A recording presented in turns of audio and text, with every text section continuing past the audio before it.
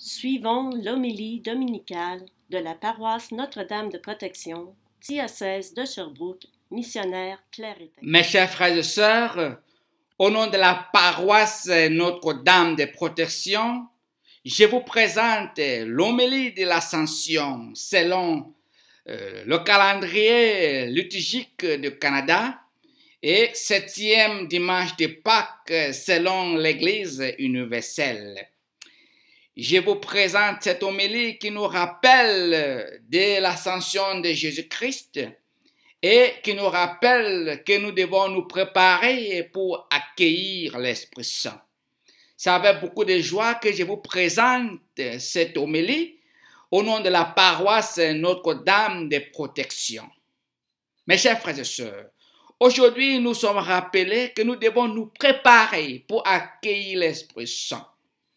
Et c'est pour cela que des chrétiens qui fonctionnent en rejetant l'Esprit Saint, en rejetant la réalité de l'Esprit Saint,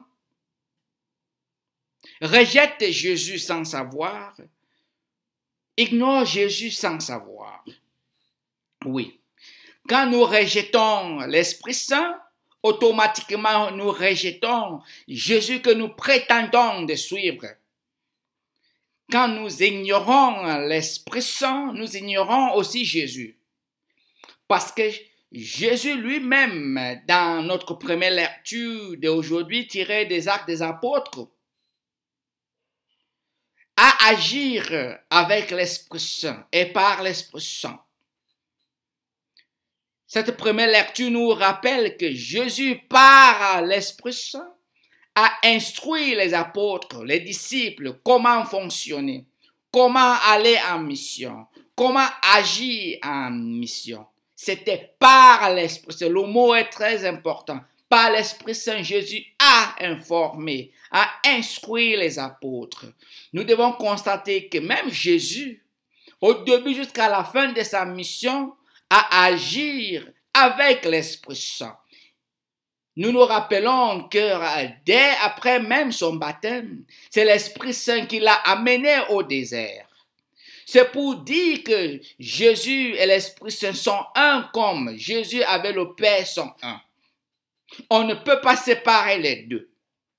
Et quand nous ignorons ou nous rejetons l'Esprit Saint, sachez que nous rejetons ou ignorons Jésus-Christ lui-même.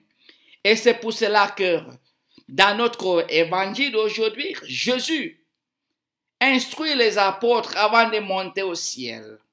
Ne bougez pas de Jérusalem, ne quittez pas Jérusalem. Tant que l'Esprit qui va vous donner la puissance dans votre vie n'est pas là. Ne quittez pas Jérusalem.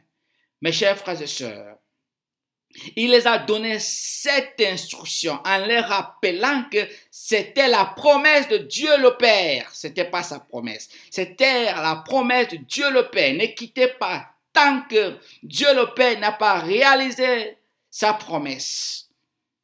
Et les apôtres se sont rentrés chez eux pour se préparer pour l'avenir de l'Esprit Saint.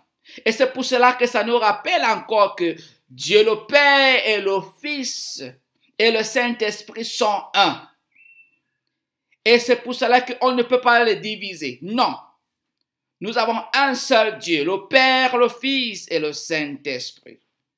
Parce que même Saint Paul nous dit que l'Esprit Saint nous instruit, interprète nos intentions auprès de Dieu le Père et Dieu le Fils.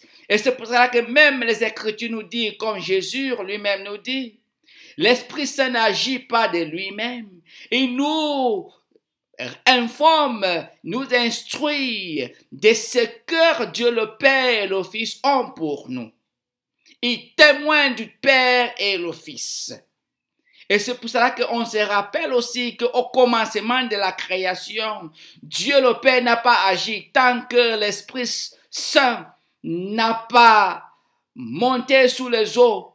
Et quand l'Esprit Saint est allé sous les eaux, Dieu le Père a prononcé qu'il fut la terre, ténèbres et la lumière.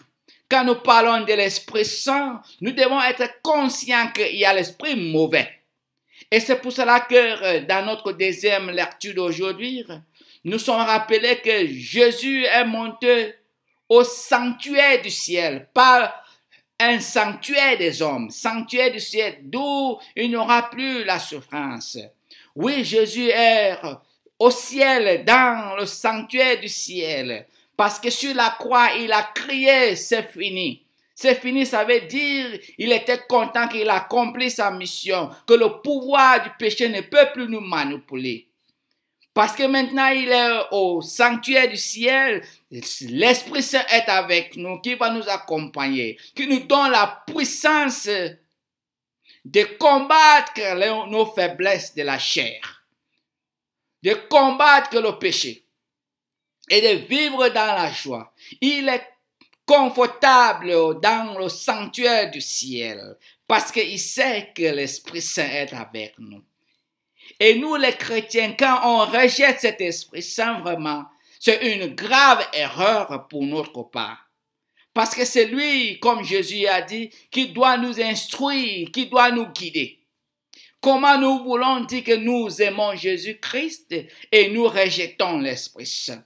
On ne cherche pas à comprendre l'Esprit Saint. On ne cherche pas à entrer en contact avec l'Esprit Saint. On n'invite pas l'Esprit Saint à nous aider. C'est pour cela qu'une église d'où il n'y a pas l'Esprit Saint, c'est vide chaque jour. C'est vide chaque jour parce que cette église compte sous sa administration ou ses manières légales. Cette église compte sur sa force personnelle, pas sur la force de l'Esprit Saint. Parce que dans les actes des apôtres, d'où était l'Esprit Saint, le nombre de personnes s'augmentait chaque jour.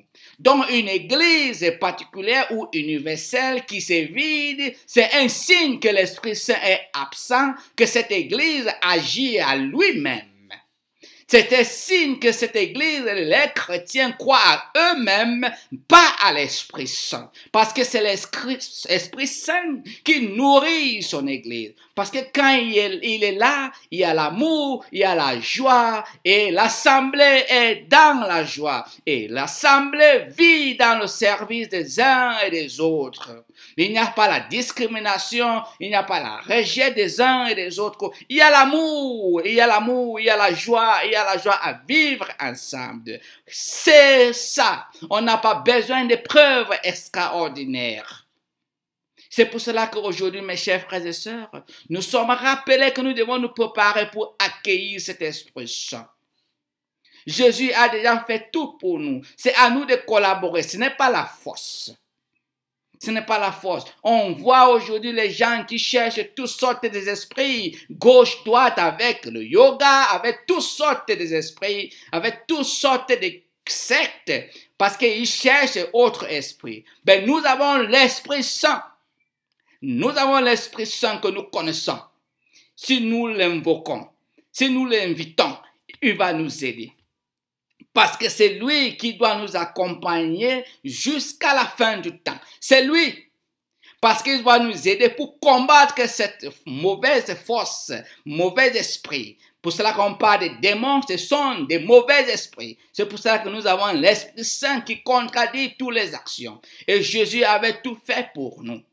Cet esprit-là qui doit vivre dans nos cœurs, doit nous aider à vibrer dans la joie et dans la force tranquille. Nous n'avons pas besoin de se distraire.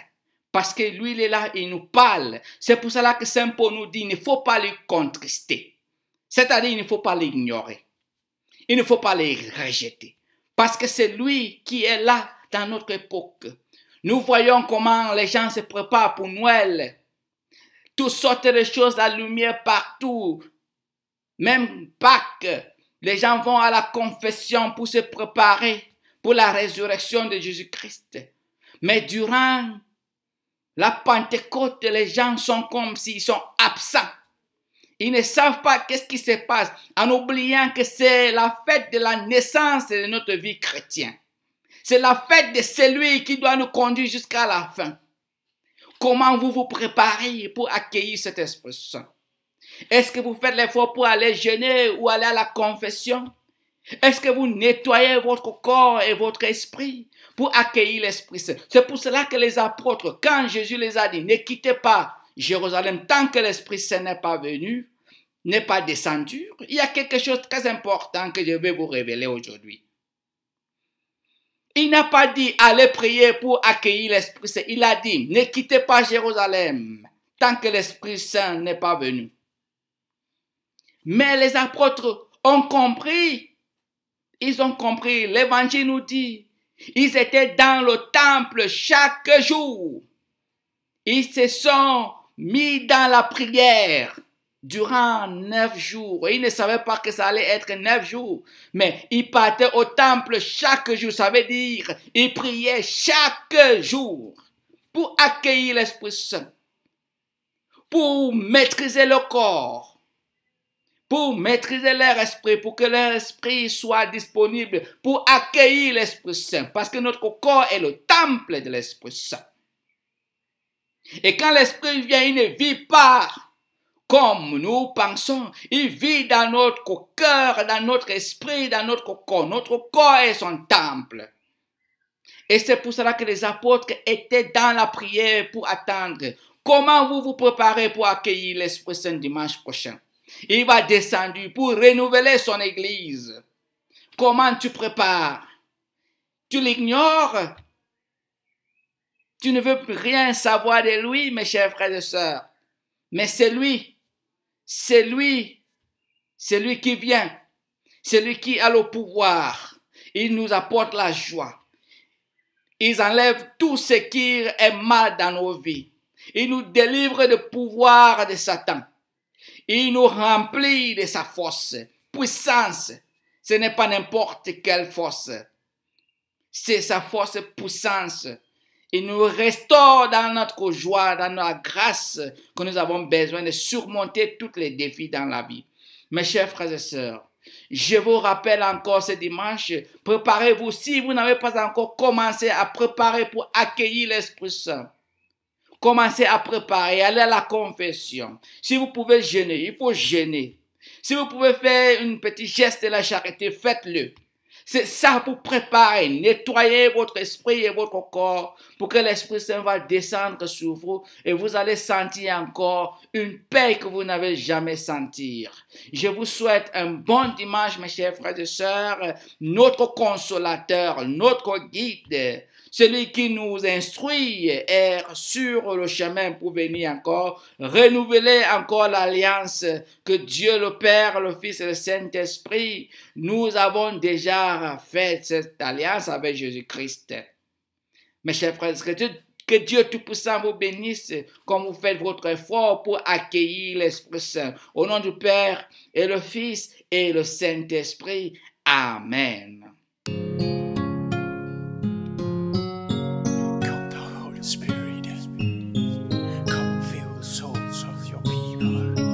Come down, Holy Spirit, come